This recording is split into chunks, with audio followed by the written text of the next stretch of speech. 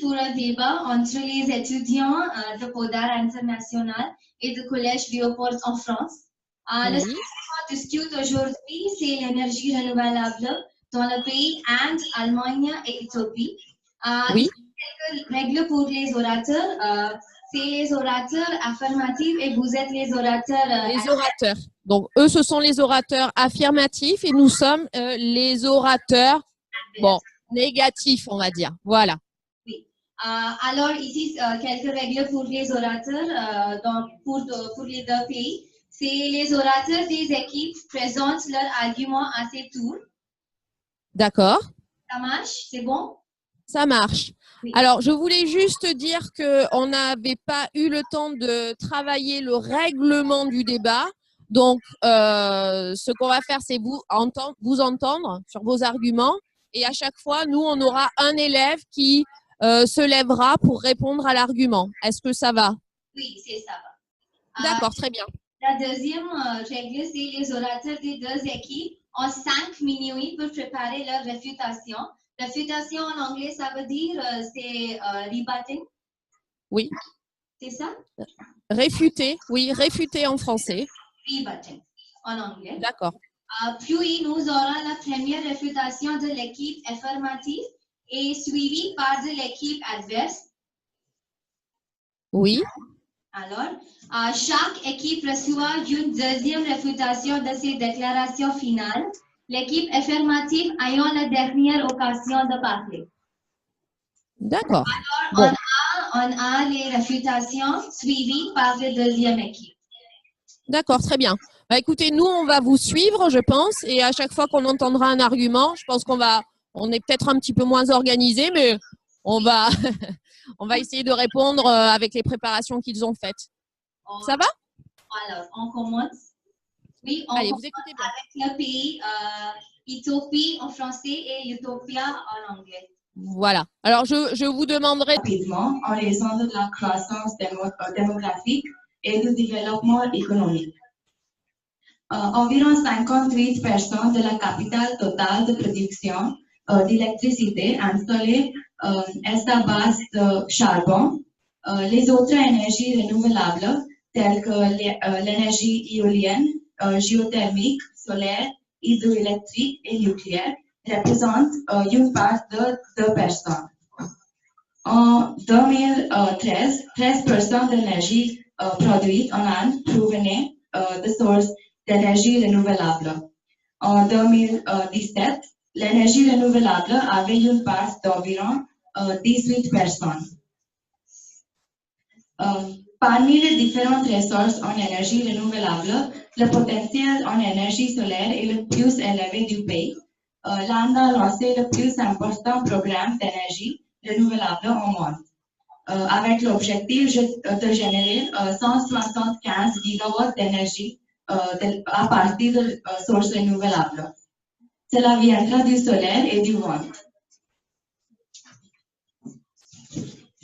Oui, pour l'Inde, la situation de l'environnement est pire à cause de l'enrichissement de le pays et les habitants. Il y a beaucoup de pollution partout et l'air n'est pas frais. À cause de ça, les gens tombent malades. En Éthiopie, les combustibles fossiles existent en quantité limitée et les énergies renouvelables sont illimitées. La dépendance à l'égard des combustibles fossiles représente une charge de plus en plus lourde sur le plan économique. L'Inde ne manque pas des ressources renouvelables comme la lumière, le soleil, la biomasse et le vent. L'Inde est la 6e producteur mondiale de l'énergie éolienne. L'Inde veut réduire son intensité d'émission de charbon, émission par 2033. Il travaille à la production 40% de sa capacité d'électricité installée avant le 2030 de charbon non fossile.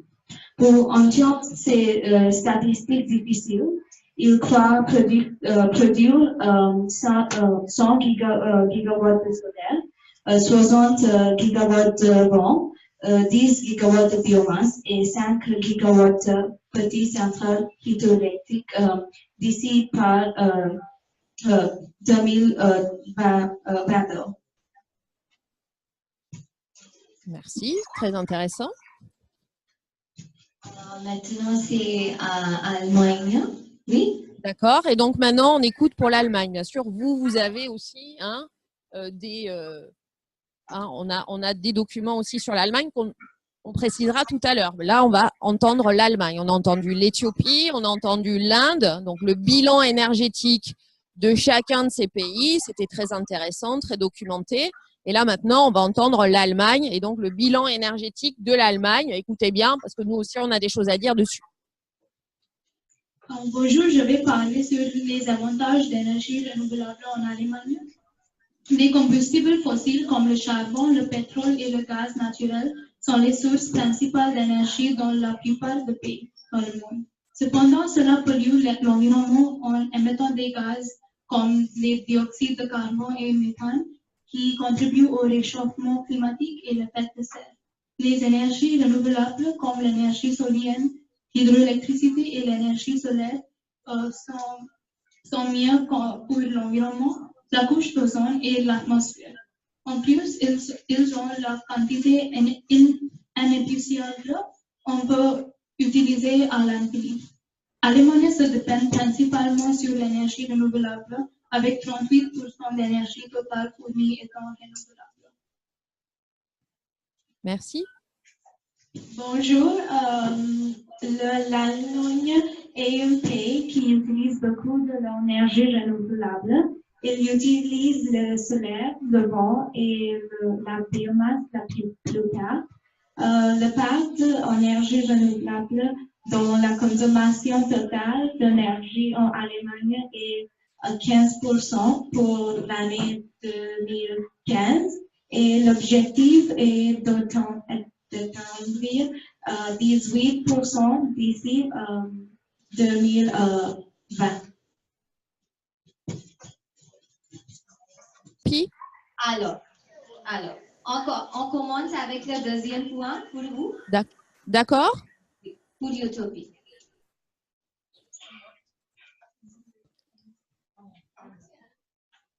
Peut-être lire un petit peu plus lentement.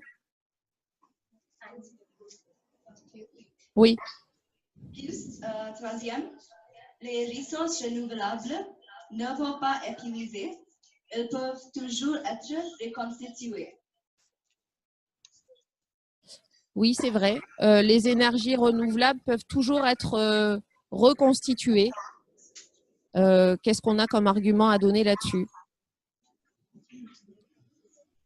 Oui, alors le climat.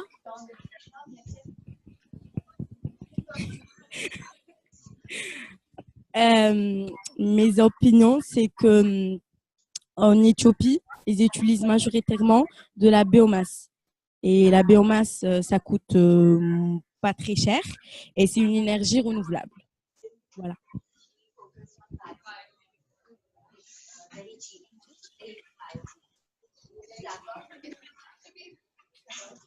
Est-ce que la réponse a été comprise? Oui, merci. Oui? Oui, merci. Une autre question?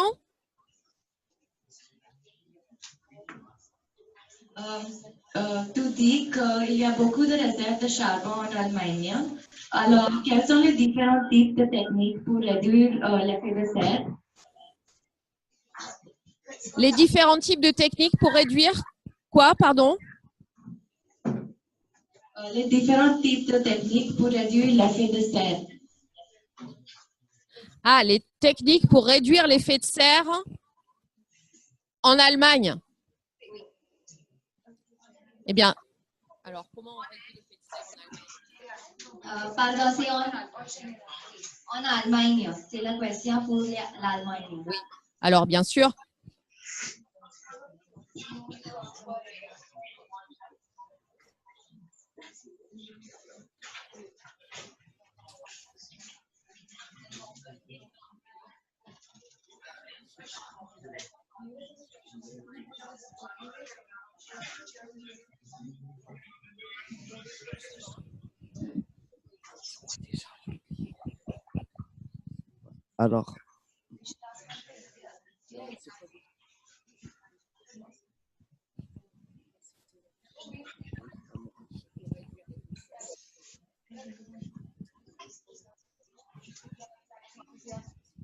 Alors, l'Allemagne, pour passer à l'énergie renouvelable, ils doivent réduire la production de charbon, mais c'est difficile comme ils dépendent beaucoup du charbon. Merci. En gros, leur consommation d'énergie est encore très, très dépendante des énergies fossiles, même si la politique, c'est d'aller vers le renouvelable, ce qui réduirait l'effet de serre considérablement. Mais il faut en effet réduire la consommation de charbon, mais ils ne sont pas encore tout à fait prêts à le faire puisqu'ils ont beaucoup de dépenses d'énergie. C'est ce qu'on a trouvé, hein. Ça vous semble bien? Je ne sais pas. Oui? Qui n'auront pas d'emploi peuvent trouver l'emploi avec l'énergie renouvelable. Quel est votre avis sur ça? Est-ce que tu veux bien répéter la question, s'il te plaît? Les gens qui n'auront pas d'emploi peuvent trouver l'emploi avec l'énergie renouvelable. Quel est votre avis sur ça? L'emploi par rapport aux énergies renouvelables. C'est-à-dire, par exemple, aujourd'hui, il y a des gens qui sont au chômage et qui vont peut-être trouver des emplois grâce à l'énergie renouvelable.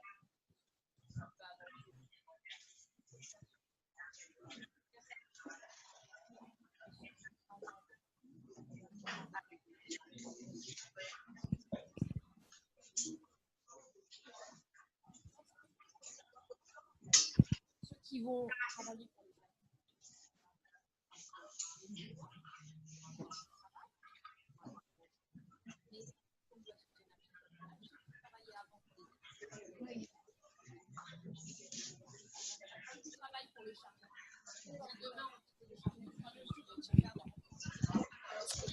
Alors, pour les gens qui sont en chômage actuellement et qui vont travailler donc pour les énergies renouvelables, du coup, c'est bien parce qu'on va réduire on va créer des emplois.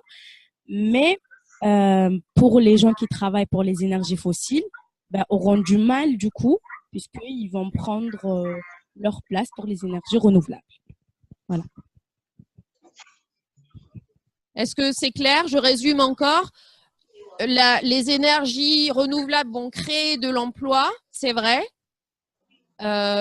Donc, on aura moins de personnes actuellement au chômage. Mais ceux qui travaillent pour le charbon ou pour le pétrole, pour les énergies fossiles, vont peut-être perdre leur emploi. Est-ce que ces gens-là vont pouvoir travailler ensuite pour les énergies renouvelables? C'est une question à poser. Nous, on a posé nos 3 questions. Oui, on a fini avec les questions. Quelle est la conclusion pour ce débat aujourd'hui? Qui voudrait faire ça? Quelle est la conclusion pour le débat?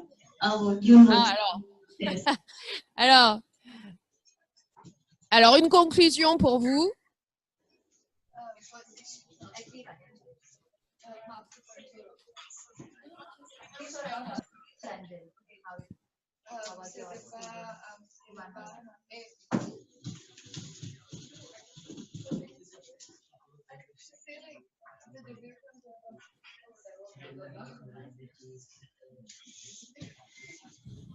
Oui, le monde est toujours un lieu parfait, mais il doit rester toujours comme ça.